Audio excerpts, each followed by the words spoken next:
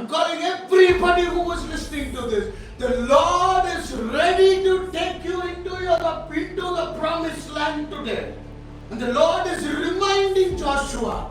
In chapter 5 verse 9 he says, the Lord said to Joshua, this day I have rolled away the reproach of Egypt. Remember that?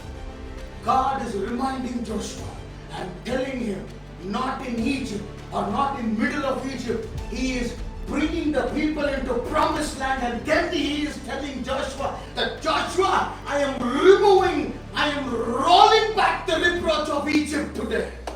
Name your place as Gilgal today in the name of Jesus. ಮೊದಲು ಪ್ರತಿಯೊಬ್ಬರಿಗೂ ಯೇಸು ನಾಮದಲ್ಲಿ ನಿಮ್ಮ ಗಿಲ್ಗಾಲ್ಗಳಿಗೆ ready ಆಗ್ಬಿಡಿ. ದೇವರ ಒಂದು ದೊಡ್ಡ ಕಾರ್ಯ ಗುರುತು ಕಟ್ಟಿವಿ, ನಿಜವಾಗ್ಲೂ ಬರ್ತೀವಿ, ಸೆಟಲ್ ಮಾಡ್ತಾರೆ.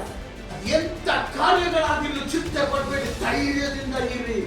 ಹೇಳ್ತಾ ಇದೀನಿ ಅಂದ್ರೆ ಈ ಜಾಗನ ಗಿಲ್ಗಾಲ್ ಅಂತ ಗುರುತು ಮಾಡಿ ಇಡುವಂತ ಜೋಶುವಾಗ ಹೇಳ್ತಾರೆ ಅಂದ್ರೆ ಅಲ್ಲಿ ಒಂದು ವಿಷಯ ಹೇಳ್ತಾರೆ ದೇವರು.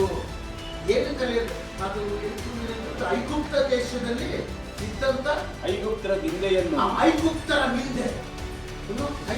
ನಿಂದೆ ಅಂತ ಯೋಶುವಾಗೆ ದೇವರು ಹೇಳುವಾಗ 430 ವರ್ಷ ಗುಲಾಮಿ ತಂತ್ರದಲ್ಲಿ ನೀವೆಲ್ಲ ಕಷ್ಟಪಟ್ಟಿ ಅವಮಾನ ಪಟ್ಟಿ ನಿಮ್ಮನ್ನ ಹೊಡೆದಿ ಹಿಂಸೆ ಪಟ್ರು ಅಂತ ನನ್ನ ಹತ್ರ ಹೋಗರಿದ್ರಿ ಗೊತ್ತಾ?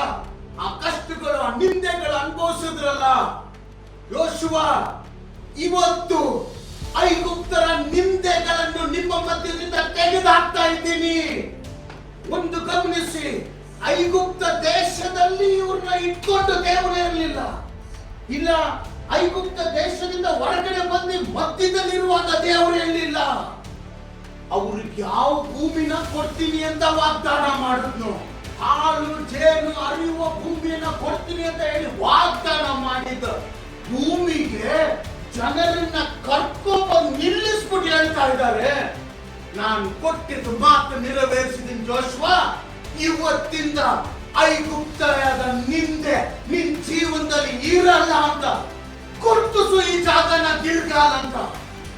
ಇವತ್ತು ದೇವರ ಸನ್ನಿಧಿಯಲ್ಲಿ ನಿಂತು ಹೇಳ್ತಾ ಇದ್ದೀನಿ, ಅನೇಕರಿಗೆ ದೇವರ ಗಿಲ್ಗಾಲ್ ಸ್ಥಳಗಳು ಬರ್ತಾ ಇದೆ. ನಿಮ್ಮ ಐಗುಪ್ತ ದೇಶದ ನಿಂದೆಗಳು ಅಂದ್ರೆ ನಮ್ಮ ಜೀವನದಲ್ಲಿ, ನಮ್ಮ ನಿತ್ಯ ಜೀವನದಲ್ಲಿ ಆಗುವಂತ ನಿಂದೆಗಳು, ಅವಮಾನಗಳನ್ನ ದೇವರು ತೆಗೆದಾಕ್ತಾ ಇದ್ದಾರೆ. ನಿಮ್ಮ ಗಿಲ್ಗಾಲ್ ನಿಮಗೆ ರೆಡಿ ಆಯ್ತಾ ಇದೆ.